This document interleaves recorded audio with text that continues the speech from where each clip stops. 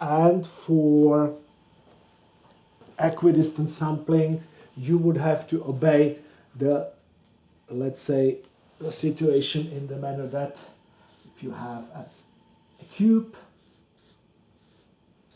then the maximum velocity you could achieve is done by connecting the opposite vertices. So this is the maximum. This is if the cube has the a dimension, a by a by a, then the maximum distance in the cube is a square root of 3 times a, and this would be the maximum velocity that this numeric model is capable of, and you can never exceed it. So in fact, this is the maximum you could do,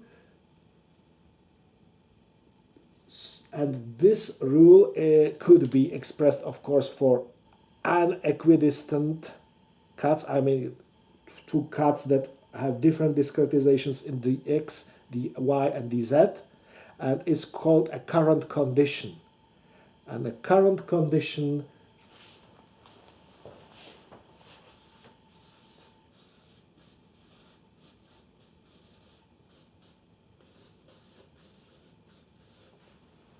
and this condition is known for rectangular grids, so that you can establish the value of time step so that it is maximum but stable. If you exceed that, you get an unstable situation. Now let us look on that just with the 1D example before we write the equation for 3D. We have some time step that decreases once you have finer mesh. So if you decrease the step in space, you have to decrease at the same rate the step in time.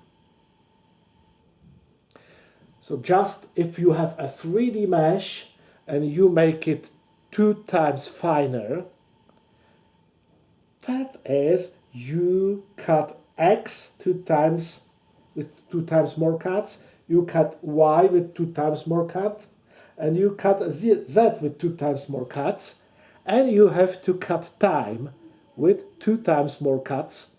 So decreasing the space step 2 times gives you 16 times more computation. And with, provided that you use the same computer, you have to decrease the step 16 times. Now let us continue with that. We have to somehow consider how much fine the grid should be. Before we start a real calculation, we would have to make a grid that really supports our results.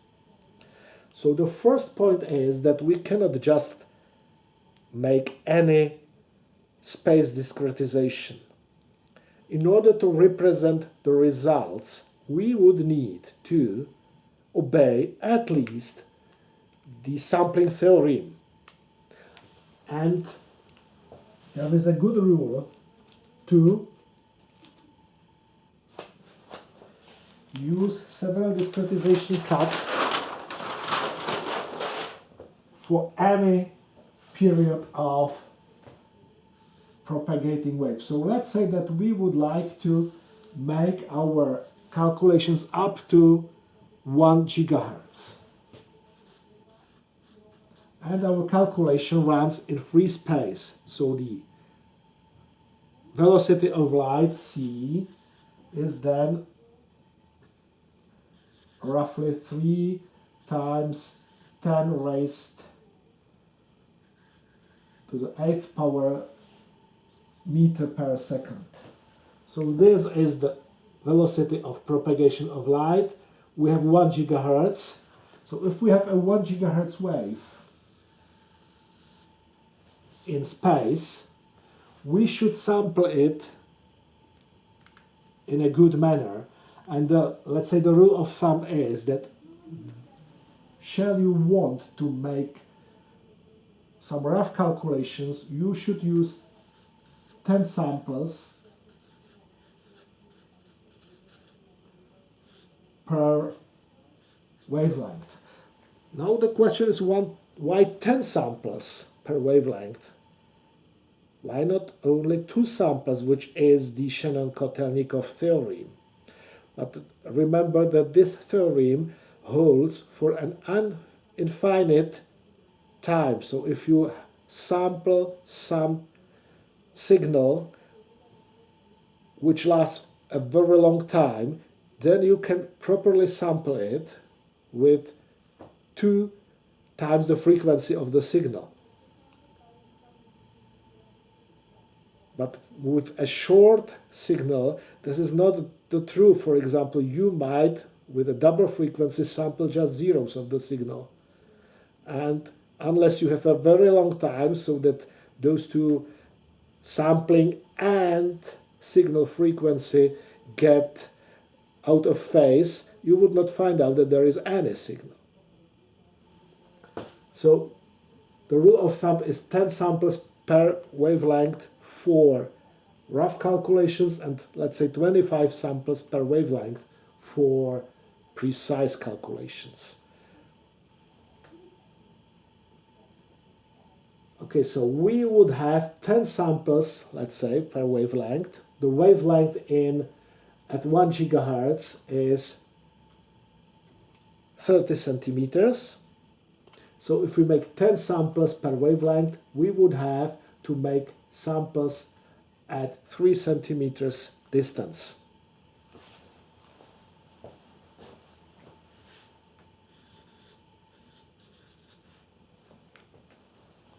Now, if the samples are distant by 3 centimeters and we would get a one-dimensional simulation, we would have to get the current condition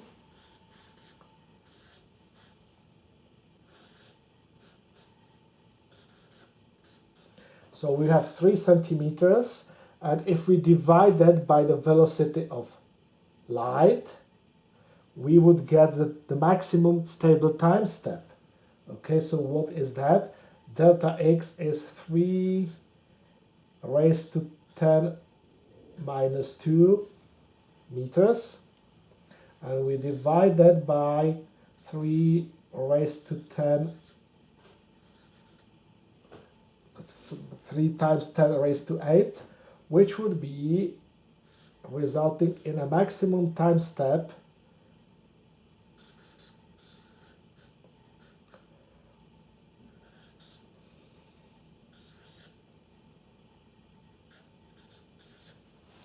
raised to minus 10 seconds, which is quite a big time step, and that is 0.1 picosecond. Well,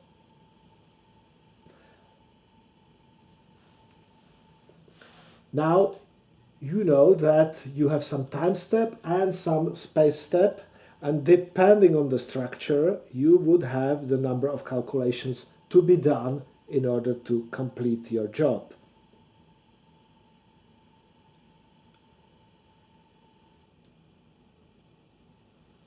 In the case you just raise the frequency, the maximum frequency at which you need the results taken from the structure 10 times, then you have to decrease 10 times your space sampling, and therefore you have to decrease 10 times your time sampling, which then results in a long computation time if you want also to cover low frequencies. There will be also other restraints on space and time steps, but we should possibly return to this topic a little bit later, because we still have no idea of real calculation of a real structure. I mean, for example, we can calculate resonant frequencies of cavities, but we do not have the means how to handle complex structures like, for example, a transmission line, which has an input, there could be some reflection, and an output, and we have the propagation from input to output, which takes some time.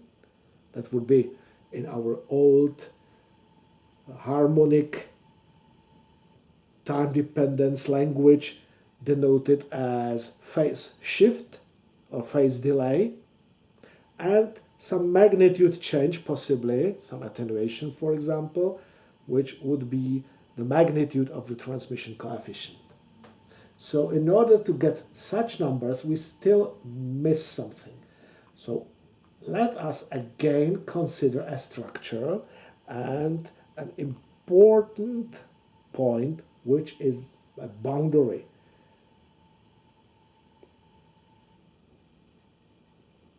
Well, okay, let us consider it after a short break, because we have just been spending more or less one half of the lecture. So after 5 minutes, after a coffee break, we would continue with investigating FDTD calculations, say for a real piece of transmission line. See you in 5 minutes.